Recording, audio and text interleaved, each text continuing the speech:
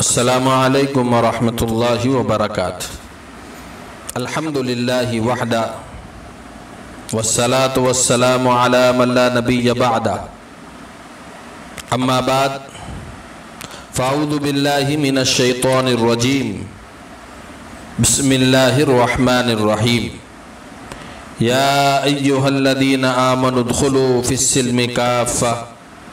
ولا تتبعوا خطوات الشیطان انہو لکم عدو مبین۔ صدق اللہ العظیم وصدق رسولہ النبی الکریم ونحن ذلک لمن الشاہدین والشاکرین والحمد للہ رب العالمین۔ سب سے پہلے تو میں آپ حضرات کو اس جذبے پر مبارکباد پیش کرتا ہوں کہ آپ نے اپنے اوقات میں سے کچھ وقت دین کی بات سننے کے لیے نکالا اور اس غرض سے یہاں پر جمع ہوئے کہ اللہ اس کے رسول کے احکام اور اس کی تعلیمات کی کچھ باتیں سنیں گے۔ اللہ تعالیٰ آپ کے اس جذبے کو قبول فرمائے اور کہنے سننے سے زیادہ ہمیں عمل کرنے کی توفیق عطا فرمائے۔ میں نے آپ حضرات کے سامنے قرآن کریم کی ایک آیت کریمہ تلاوت فرمائی ہے جس کا ترجمہ ہے، اے ایمان والو اسلام میں پورے کے پورے داخل ہو جاؤ اور شیطان کے نقش پا کی پیروی نہ کرو، یقیناً وہ تمہارا کھلا ہوا دشمن ہے۔ اس آیت کریمہ میں ایک بات سب سے پہلے سمجھنے کی یہ ہے کہ اس آیت میں اللہ تعالیٰ نے اس انداز سے خطاب فرمایا ہے کہ اے ایمان والو، گویا کہ ان لوگوں سے خطاب کیا جا رہا ہے جو ایمان لا چکے ہیں، جو کلمہ طیبہ اور کلمہ شہادت پر اپنے عقیدے کا اظہار کر چکے ہیں۔ اشہد ان لا الہ الا اللہ واشہد ان محمد رسول اللہ کہہ چکے ہیں، ان لوگوں سے خطاب کیا جا رہا ہے۔ سوچنے کی بات ہے کہ جب ایمان لا چکے ہیں تو ایمان لانے کے بعد اسلام میں داخل ہونے کے کیا معنی ہے؟ عام طور پر یہ سمجھا جاتا ہے کہ جب ایک شخص ایمان لے آیا تو وہ اسلام میں بھی داخل ہو گیا۔ ایمان اور اسلام ایک ہی چیز سمجھی جاتی ہے، لیکن اللہ رب العزت فرما رہا ہے کہ اے ایمان والو اسلام میں داخل ہو جاؤ، جس سے یہ بات سمجھ میں آتی ہے کہ ایمان کچھ اور چیز ہے، اسلام کچھ اور چیز ہے۔ ایمان لانے کے بعد اسلام میں داخل ہونا بھی ضروری ہے۔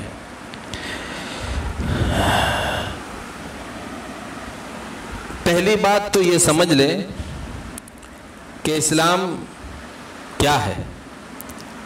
ایمان والوں کو اسلام میں داخل ہونے کی جو دعوت دی جا رہی ہے اس سے مراد کیا ہے اور اسلام کہتے کس کو ہے؟ یاد رکھیں، اسلام عربی زبان کا لفظ ہے اور اسلام کے معنی ہے اپنے آپ کو کسی کے آگے جھکا دینا،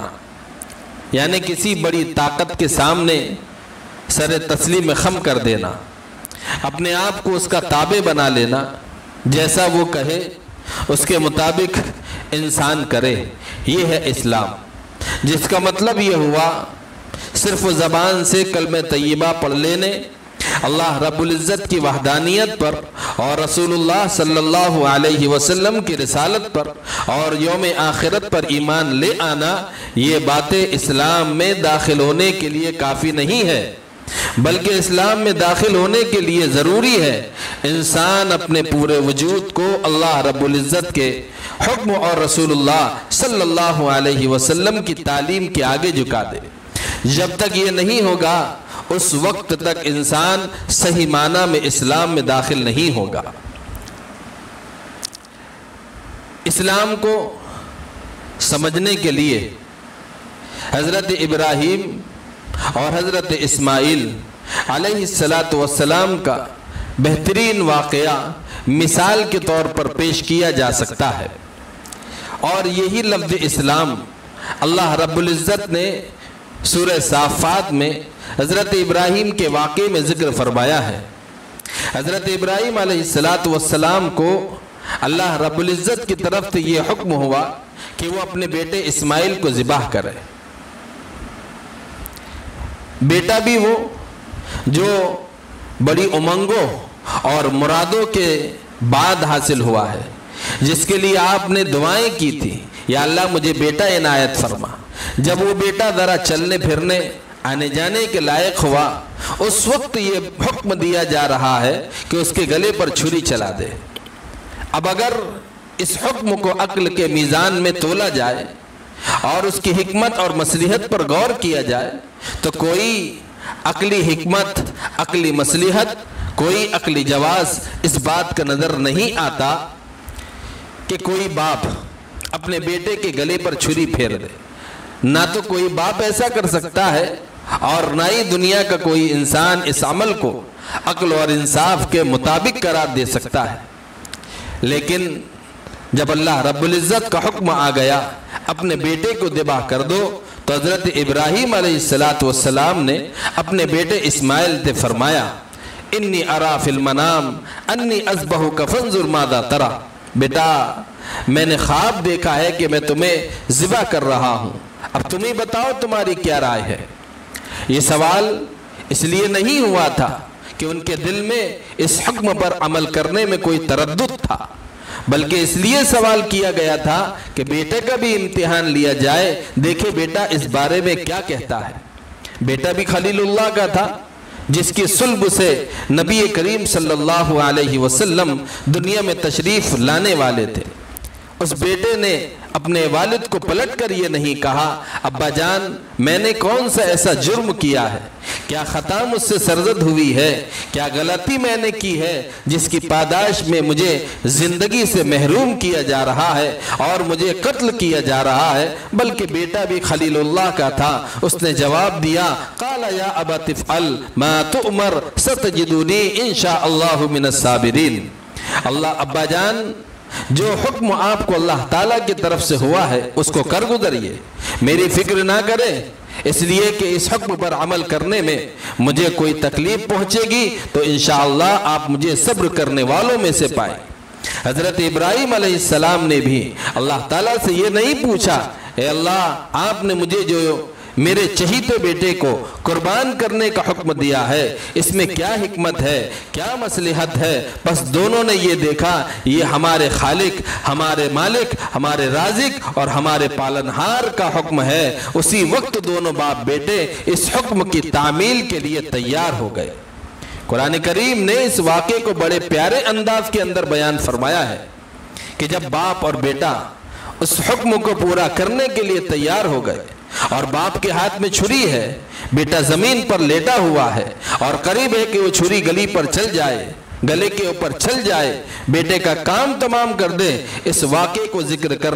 قرآن کریم نے جن الفاظ کے اندر ذکر فرمایا ہے وہ فرمایا فلما اسلما وتلہ للجبین، یعنی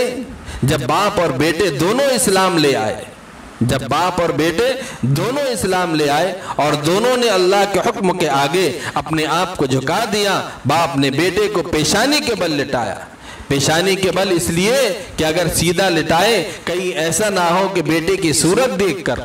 اور اس کی تکلیف کے اثرات کو دیکھ کر چلتی چھری کی رفتار میں کمی آ جائے اور کہیں اللہ کے حکم کو پورا کرنے میں رکاوٹ پیدا نہ ہو جائے، اس لیے الٹا لٹایا۔ اس موقع پر اللہ تعالیٰ نے اسلامہ استعمال فرمایا، یعنی دونوں اللہ کے حکم کے آگے جھک گئے۔ اس سے معلوم ہوتا ہے کہ قرآن کریم کی اصطلاح میں اسلام کے معنی ہے انسان اپنے آپ کو اور اپنے پورے وجود کو اللہ رب العزت کے حکم کے آگے جھکا دے، اور جب اللہ تعالیٰ کا کوئی حکم آ جائے تو یہ نہ پوچھے اس میں عقلی حکمت اور مصلحت کیا ہے، بلکہ اللہ تعالیٰ کا حکم آنے کے بعد اس کی تعمیل کی فکر کرے۔ یہ ہے اسلام، اور اسی اسلام میں داخل ہونے کے لیے قرآن کریم کی اس آیت کریمہ میں فرمایا گیا ہے کہ یا ایھا الذین آمنوا ادخلوا فی السلم کافہ، اے ایمان والو اسلام میں پورے کے پورے داخل ہو جاؤ۔ اگر تم نے کلمہ طیبہ اور کلمہ شہادت تو پڑھ لیا ہے لیکن اب اسلام میں داخل ہونے کی ضرورت ہے، اور وہ یہ کہ اپنے پورے وجود کو اللہ کے حکم کے تابع بنا دو، اور جو حکم بھی اللہ کی طرف سے آئے اس کو قبول کرو اور اس کو تسلیم کرو اور اس پر عمل کرو۔ کسی انسان کے دل و دماغ میں سوال پیدا ہو سکتا ہے، اللہ کے حکم کو بے چوں چرا کیوں مان لے؟ اس کا جواب یہ ہے کہ اگر تم اللہ کے حکم کو اس طرح بے چوں چرا نہیں مانو گے،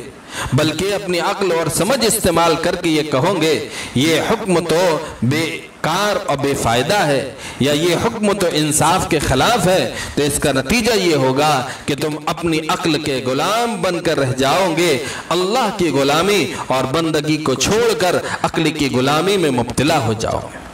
اس لیے ہم سب کو چاہیے کہ ہم